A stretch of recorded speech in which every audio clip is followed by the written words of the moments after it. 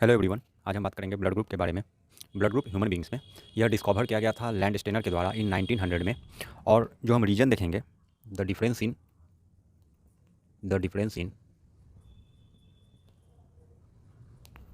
The difference in blood of human beings blood of human beings is due to the presence of glycoprotein. Glycoprotein के presence के कारण blood group में difference आता है। और यह पाया कहाँ जाता है? Which is found in RBC. Which is found in RBC. RBC that is red blood cell called antigen, और इसे एंटीजन कहा जाता है। एंटीजन कहा जाता है। तो ह्यूमन बींग्स में जो भी ब्लड ग्रुप में जो डिफरेंस पाए जाते हैं वो डिफरेंस एंटीजन के कारण पाए जाते हैं। और एंटीजन एक प्रकार का ग्लाइकोप्रोटीन है। तो ह्यूमन बींग्स में जो डिफरेंस है ब्लड ग्रुप में या ब्लड में जो ब्लड ग्रुप के रूप में है वह है प्रेजेंस के कारण। किसके प्रेजेंस के कारण? तो ग्लाइकोप्रोटीन के प्रेजेंस के कारण। और जो कहाँ पाया जाता है ये ग्लाइकोप्रोटीन? तो यह पाया जाता है आरबीसी में, और इसे हम कहते हैं एंटीजन। अब एंटीजन दो टाइप का होता है। ये एंटीजन जो है कितने प्रकार का होता है? दो प्रकार का होता है। एंटीजन ए और एंटीजन बी, ये दो प्रकार का एंटीजन है। और यही एंटीजन के मौजूदगी के कारण, प्रेजेंस के कारण, हम लोग ब्लड ग्रुप को चार कैटेगरी में डिवाइड कर देते हैं।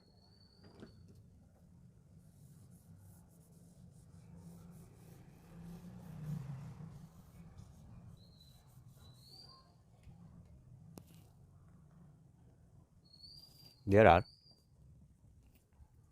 4 groups of blood in human. चार ग्रुप हैं ब्लड के। पहला है, एक कैटेगरी हम एंटीजन रखेंगे और एक कैटेगरी हम ब्लड ग्रुप का रखेंगे। तो वैसे व्यक्तियों का ब्लड जिसमें एंटीजन ए पाया जाता है उनका ब्लड ग्रुप क्या होगा? ए होगा। वैसे व्यक्तियों के ब्लड जिसमें एंटीजन बी पाया जाता है उनका ब्लड ग्रुप कैसा होगा? ब्लड ग्रुप बी होगा। जिनके एंटीजन में दोनों एंटीजन होते हैं, ए एंड बी, दोनों प्रकार के एंटीजन होते हैं, उनका ब्लड ग्रुप क्या होगा? ए बी होगा। और जिनके ब्लड में कोई भी एंटीजन नहीं होता है, एब्सेंस ऑफ एंटीजन होता है, एब्सेंस ऑफ एंटीजन, उनके ब्लड ग्रुप को हम लोग क्या कहते हैं? ओ कहते हैं। तो इस प्रकार से हम लोग एंटीजन के आधार पर देख रहे हैं कि ब्लड ग्रुप का डिवीजन हुआ है। और आगे फिर हम देखेंगे एंटीबॉडी के बारे में।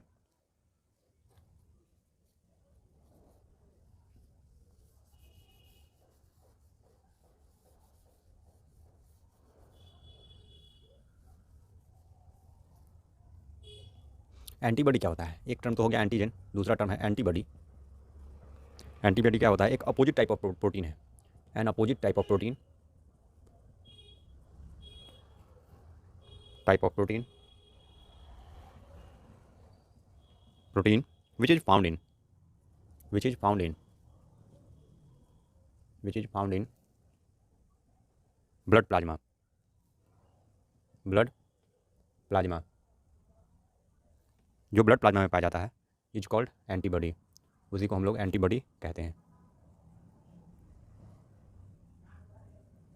उसी को हम लोग एंटीबॉडी कहते हैं। एंटीबॉडी भी टू टाइप्स के होते हैं। एंटीबॉडी भी टू टाइप्स के होते हैं, एंटीबॉडी ए और एंटीबॉडी बी। एंटीबॉडी ए और एंटीबॉडी बी, एंटीबॉडी ए और एंटीबॉडी बी, एंटीबॉडी ए और एंटीबॉडी बी, ये दो प्रकार के एंटीबॉडी हैं। तो ब्लड ग्रुप में हम लोग तो देखें कि एंटीजन के कारण चार ग्रुप में हम लोग डिवाइड करते हैं, लेकिन यहाँ पे एंटीबॉडी का भी एक रोल है। और ये एंटीबॉडी क्या है? जो ग्लाइकोप्रोटीन था उसके अपोजिट नेचर रखता है, और यह एंटीबॉडी है। फिर हम इसके आधार पर देखते हैं कि किसको किस प्रकार का ब्लड चढ़ाया जा सकता है, नहीं चढ़ाया जा सकता है। तो हम लोग दोनों के प्रेजेंस को देखेंगे। जो ब्लड ग्रुप तो हम लोग देख चुके हैं, और ब्लड ग्रुप्स में एंटीजन और एंटीबॉडी में क्या स्टेटस रहता है उस चीज़ को हम लोग देखने का प्रयास करेंगे अभी एक चार्ट के जरिए। तो हम एक चार्ट बनाएंगे जिसमें हम लोग ब्लड ग्रुप को रखेंगे। फर्स्ट चार्ट में हम लोग ब्लड ग्रुप को रखेंगे, ये रहा ब्लड ग्रुप वाला चार्ट। और दूसरा जो चार्ट बनेगा वो उसमें हम लोग रखेंगे एंटीजन को। आपको पता है कि एंटीजन कहाँ पाया जाता है? तो आरबीसी में पाया जाता है। और एंटीबॉडी कहाँ पाया जाता है? तो प्लाज्मा में पाया जाता है। तो ये एंटीबॉडी का रहा। और वैसे व्यक्ति जिसका ब्लड ग्रुप ए है उसमें किस प्रकार का एंटीजन पाया जाएगा? ए एंटीजन पाया जाएगा, लेकिन उसमें एंटीबॉडी क्या पाया जाएगा? तो बी। वैसा व्यक्ति जिसका ब्लड ग्रुप बी है उसमें एंटीजन क्या पाया जाएगा? बी पाया जाएगा, और उसमें एंटीबॉडी क्या पाया जाएगा? ए पाया जाएगा। वैसा व्यक्ति जिसका ब्लड ग्रुप ए बी है उसमें एंटीजन क्या पाया जाएगा? तो दोनों एंटीजन पाया जाएगा, ए एंड बी दोनों एंटीजन पाया जाएगा और एंटीबॉडी क्या होगा, नहीं होगा, absence of antibody, absence of antibody, इसमें एंटीबॉडी होगा ही नहीं। उसी प्रकार से जो चौथा कैटेगरी है ओ का, जिसका ब्लड ग्रुप ओ होगा, उसमें एंटीजन क्या होगा, एब्सेंट होता है, इसमें एंटीजन होगा ही नहीं, इसमें एंटीजन होगा ही नहीं, एब्सेंट होगा। लेकिन वही एंटीबॉडी क्या होगा, दोनों होगा, बोथ ए एंड बी, दोनों प्रकार के एंटीबॉडी होंगे इनके बॉडी में। तो इसी के आधार पर हम क्या कहते हैं कि ब्लड ग्रुप ओ जो है यूनिवर्सल डोनर है, ओ को यूनिवर्सल डोनर कहा जाता है, ओ को यूनिवर्सल डोनर कहा जाता है, ओ को यूनिवर्सल डोनर कहा जाता है, यूनिवर्सल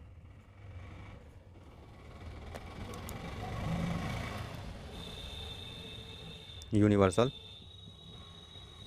डोनर कहा जाता है ओ को। वहीं ए बी को क्या कहा जाता है, ए बी को, जो ए बी वाले हैं उनको क्या कहा जाता है, रिसेप्टर कहा जाता है, ए बी वाले को यूनिवर्सल रिसेप्टर कहा जाता है, यूनिवर्सल रिसेप्टर।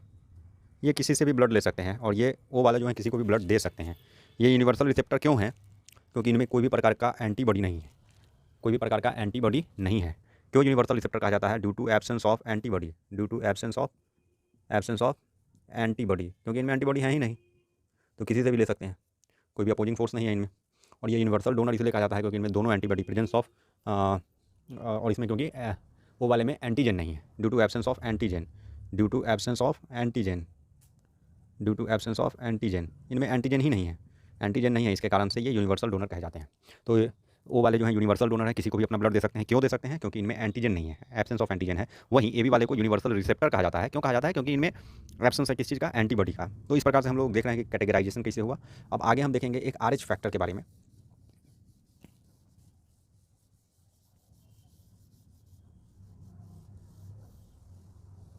एक RH फैक्टर के बारे में हम लोग देखेंगे। ये RH फैक्टर क्या होता है, RH factor,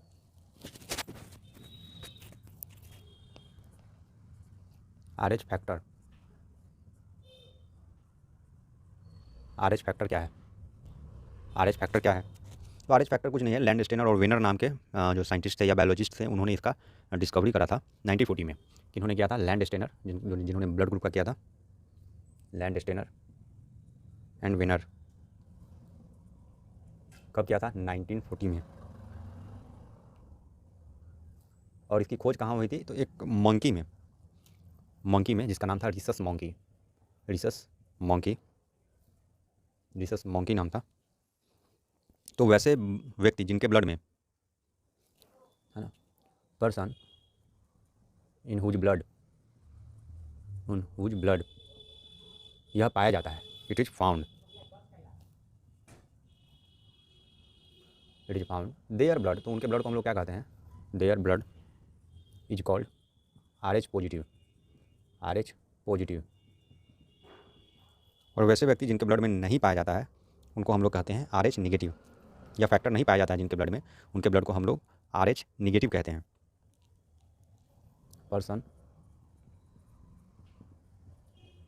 in whose blood it is not found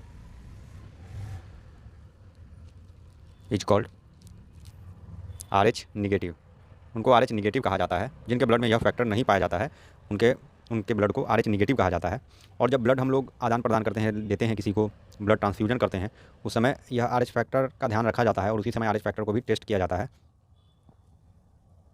तो हम जिसका ब्लड ग्रुप में RH प्लस फैक्टर होगा, अगर एक पर्सन है जिसके ब्लड ग्रुप में RH प्लस फैक्टर है, या अपना ब्लड नहीं दे सकता है किसको, बी को, जिसके ब्लड में RH माइनस फैक्टर है। अगर हम ऐसा करते हैं, अगर ट्रांसफ्यूजन करते हैं ब्लड का इस केस में, इस कंडीशन में, तो क्या हो जाएगा, शुरुआती दौर में कोई परिणाम देखने को नहीं मिलेगा due to less quantity of blood, but later क्या होगा, एगुलेशन होगा। और एगुलेशन होने के कारण, ब्लड एगुलेशन होने के कारण पर्सन डाई कर जाएगा, मर जाएगा, द पर्सन विल डाई। अगर ए का RH फैक्टर क्या है, प्लस है, और बी का RH फैक्टर माइनस है, तो हम इसमें ब्लड नहीं क्या करेंगे, ब्लड ट्रांसफ्यूजन नहीं करेंगे। क्यों नहीं करेंगे, क्योंकि दोनों का RH फैक्टर डिफरेंट है। तो शुरुआती दौर में आपको कोई निगेटिव इंपैक्ट देखने को नहीं मिलेगा, लेकिन लास्टली यह पर्सन एगुलेशन के कारण डेथ कर जाएगा। इसलिए हम यह इस प्रकार से ब्लड ट्रांसफ्यूजन नहीं करेंगे। तो यह था RH फैक्टर के बारे में जानकारी।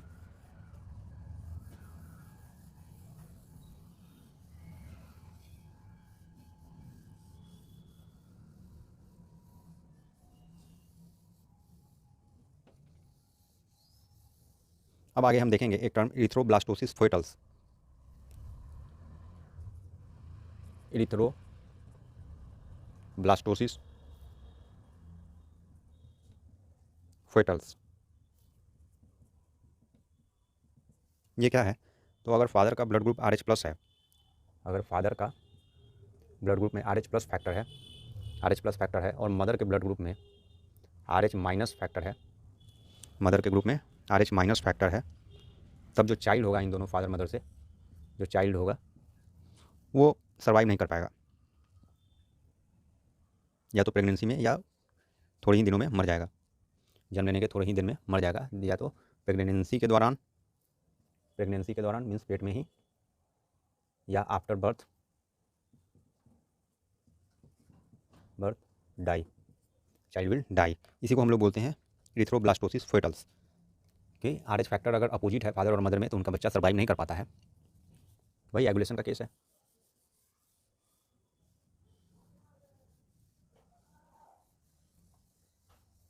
अब हम लोग देखेंगे कि फादर मदर के ब्लड ग्रुप पर बच्चे का पॉसिबल ब्लड ग्रुप क्या हो सकता है। Possible blood group of child, possible blood group of child, blood group of child जो कि फादर मदर के ब्लड ग्रुप पर निर्भर करता है। तो हम देखते हैं फादर और मदर का ब्लड ग्रुप हो गया और एक्सपेक्टेड या possible blood group of child, possible blood group of child, possible blood group of child. तो अगर फादर का ब्लड ग्रुप O है, मदर का ब्लड ग्रुप O है, तो बच्चे का ब्लड ग्रुप भी एक्सपेक्टेड क्या है या पॉसिबल क्या है कि O हो। अगर फादर का ब्लड ग्रुप O है, मदर का ब्लड ग्रुप A है, तो बच्चे का ब्लड ग्रुप O या A हो सकता है। अगर फादर का ब्लड ग्रुप O है, मदर का ब्लड ग्रुप B है, तो बच्चे का ब्लड ग्रुप O या B हो सकता है। वहीं अगर फादर का ब्लड ग्रुप O है, मदर का ब्लड ग्रुप AB है, तो बच्चे का ब्लड ग्रुप क्या हो सकता है? पॉसिबल AB हो सकता है। और अगर दोनों का ब्लड ग्रुप A है और A है, तो बच्चे का पॉसिबल ब्लड ग्रुप A और O हो सकता है। वहीं अगर फादर का ब्लड ग्रुप A है और मदर का ब्लड ग्रुप AB है, तो बच्चे का possible blood group A, B और AB भी हो सकता है। फिर आगे अगर हम देखें दोनों का ब्लड ग्रुप अगर BB होता है फादर मदर का, तो बच्चे का पॉसिबल ब्लड ग्रुप B और O हो सकता है। फिर आगे अगर हम देखें कि फादर का ब्लड ग्रुप B है, मदर का ब्लड ग्रुप AB है, तो बच्चे का possible blood group A, B या AB हो सकता है। अगर दोनों का ब्लड ग्रुप AB और AB हो गया, तो बच्चे का possible blood group A, B या AB हो सकता है। और इनके अलावा जो विकल्प बचेंगे वो अनएक्सपेक्टेड पॉसिबिलिटी होगा बच्चे का ब्लड ग्रुप होने का। तो ये था ब्लड ग्रुप से रिलेटेड इन्फॉर्मेशन इस टॉपिक में। अगर पसंद आया तो चैनल को लाइक सब्सक्राइब जरूर करें और आगे के टॉपिक के लिए आप सजेस्ट कर सकते हैं। तो ये था possibility of blood group in a child that depends upon the blood group of mother and father.